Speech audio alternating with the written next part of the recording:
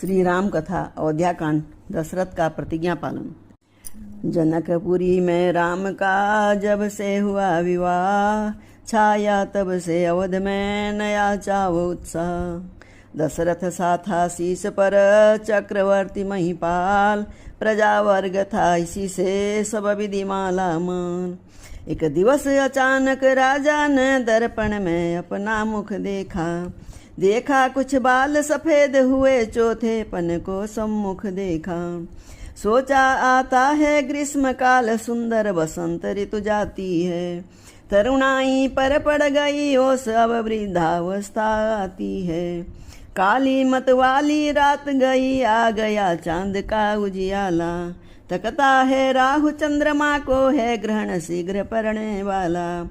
अब तक उन्मत्त राज में है, अब तक माया का चेहरा है।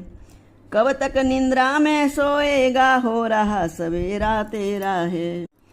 मेरा मेरा करते करते दिन जैसा दिन दिन ढलता है। बदली न रंगत बदली है, सूरज पश्चिम को चलता है। बरसों गरजा युद्ध स्थल में, बरसों शिकार में लग्न रहा। बरसों तक राजकाज देखा, बरसों महलों में मगन रहा। अब छोड़ छाड़ झूठे झगड़े, चल अपनी सच्ची मस्ती को। हे मूर्ख ब्याज की तृष्णा में, खोए देता है पूंजी को। दे रामचंद्र को राजपाट, तू घर को त्याग तपस्या कर। अब तक तो विषयानंद रहा, अब ब्रह्मानंद साधना कर। इस प्रकार दशरथ रहे कुछ सप्ताह उदास। बड़े सवेरे एक दिन गए गुरु के पास। बोले हे देव, उतरता है सिर से अब प्रेत जवानी का। देखिए सुखता जाता है ये अपना खेत जवानी का। वृद्धावस्था अब रानी है, तरुणावस्था अब बांधी है। मेरे सोने ही सोने में हो रही चांद ये चांदी है। जब ब्रह्मचर्य को पूर्ण किया, तो रहा गृही के संयम में। अब लेकर वानप्रस्थ शीघ्र पहुँचो संन्यास आश्रम में। पिछले पुरखाओं के समान प्रभु मुझे तपोवन जाने दे। हो गया राज्य के योग्य राम, उसको अब राज्य चलाने दे। गुरु वशिष्ठ बोले, नृपति है ये उचित विचार। मैं भी इस प्रस्ताव को करता हूँ स्वीकार। पुत्रों पर डालें राज्य भार, राजाओं का है धर्म यही। चौथापन परमात्मा को दे, है गृह स्त्रियों का कर्म यही।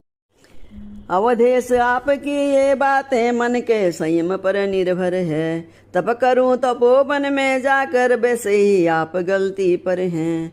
घर ही में कर एकांत वास, आराधन ब्रह्म तत्व का हो। चिंता का हो बहिष्कार, आह्वान आत स्वतंत्र का हो। श्री रामचंद्र युवराज बने, यही विचार अब सुंदर है।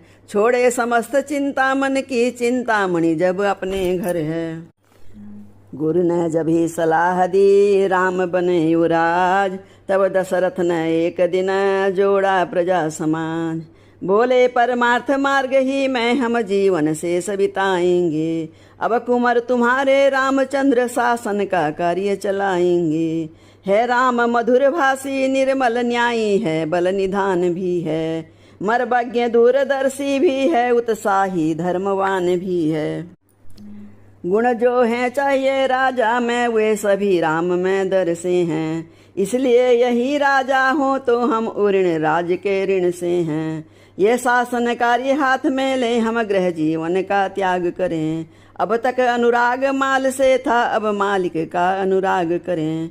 ये सभा बुलाई इसीलिए, समझे जनता की रुचि क्या है। अधिकार संभाले रामचंद्र, इसमें सबकी सम्मति क्या है। उचित और अति श्रेष्ठ है, उठे सभी पुकार। इस प्रकार सबको हुआ ये विचार स्वीकार। जब ये निश्चित हो चुका, तब उमड़ा आह्लाद। गूंजा सारी राज में राज तिलक संवाद।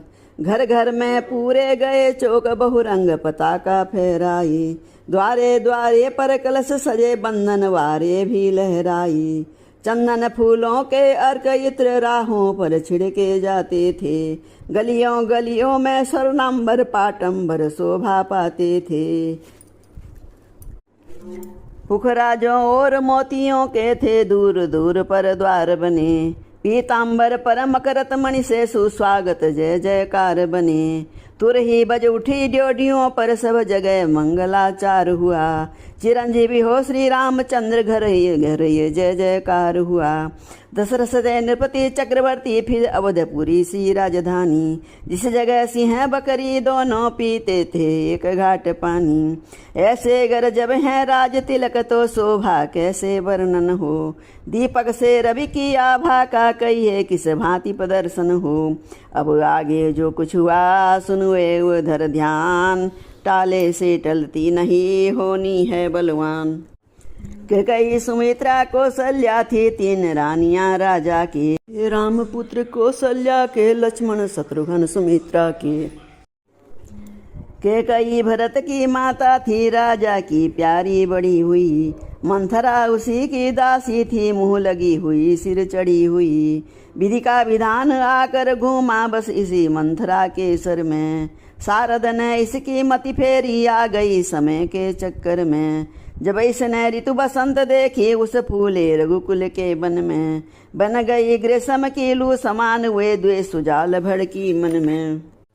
उठी प्रचंड आंधी होकर उस राज तिलक की शोभा में। तत्काल लग गई दीमक सी दशरथ के जीवन बिरवा में। पत्थरों भरी बन गई घटा उस हरी भरी राजधानी को। हो गई चौथ चांदनी सदस्य के कैसी पटरानी को। देखो साधारण सी दासी क्या क्रूर समस्या करती है।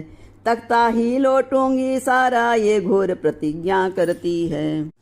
बल कौशल कहीं देखना हो तो इन बलाओं में देखो। रात ही रात में क्या होगा इन के महलों में देखो। शोभा बिगाड़ने के पहले तो नागिन राहों पर जाती है। फिर सिर के मारे बाल खोल डायन महलों में जाती है। कैकेयी चौकी कहाँ है ये क्या ढंग। आज रंग सब जगह है त्यों क्यों है बदरंग। हम सब ने शीश गुथाए हैं पर तूने बाल बिखेरे हैं। तू जोर रही सगुन सायत ये कैसे लक्षण तेरे हैं। क्या कहीं झगड़ कर आई है भूखी है अथवा प्यासी है। मेरी सौगंध बता जल्दी दासी क्यों तुझे उदासी है। ये सुनते ही द्वेष की ओर बढ़ गई आग। फुंकारें देने लगी उठी नागिनी आग। बोली देखो तो सही घर घर में है धूम। राज तिलक है राम का तुम्हें नहीं मालूम। जिसका कल होगा राज तिलक मर्तबा बुलंद उसी का है। राजा जी जिसे चाहते हैं रानी ये फंद उसी का है। कुछ तुम्हें दिखाई देता है ये खुशी नहीं है मातम है। बजते हैं ये जो नक्कारे आओ जो मैं इनकी ही गम है। खुल गए भाग कौशल्या के है दया उसी पर विधना की। रानी किस घोर नींद में है अब लोक चाल निज राजा की। तू सदा जीतती थी चौसर अब तक तो हार खा रही है। दे देख गोट तेरी रानी किस घर पर मार खा रही है। वे रंग में है बदरंग है तू क्या पासे नर्व के प्यारे हैं। तेरे छक्के छुट जाएंगे अब तो उनके पोवारे हैं। वो बाहर आने वाला है जो तीर छुपा तरकस में है। तू समझ रही राजा दशरथ मेरा है मेरे बस में है। जो तुझको प्राण समझते थे निशिवासर तेरे रहते थे। जो प्यार भरत को करते थे नैनों का तारा कहते थे। वही राजा वही दशरथ जड़ तेरी काटे जाते हैं। हकदार राम को माना है उसको ही मुकुट पिनाते हैं। जब ही मंथरा के सुने ये विष भरे विचार। कैकेयी संभली उठी फिर बोली धिक्कार। चल निकल यहाँ से चांडालिनी किसने तेरी मती मारी है। जो स्वच्छ रुई की ढेरी को बन गई आज चिंगारी है। अब के जो ऐसे वचन कहे तो मुँह तेरा नुचवा दूंगी। युवराज राम होगा जिस क्षण तुझको मैं मुँह मांगा दूंगी। तू मुख्य अनुचरी है मेरी इस कारण पुरस्कार ये ले। कल है त्योहार हमारे घर दासी उपहार हार ये ले। इस प्रकार देने लगी कैकेयी जब हार। दासी पीछे हट गई कहने लगी पुकार। ये हार तुम्ही को शोभा दे दासीन नाल चिन्हा माल की है जीत राम की और हार उस भोले भरत लाल की है।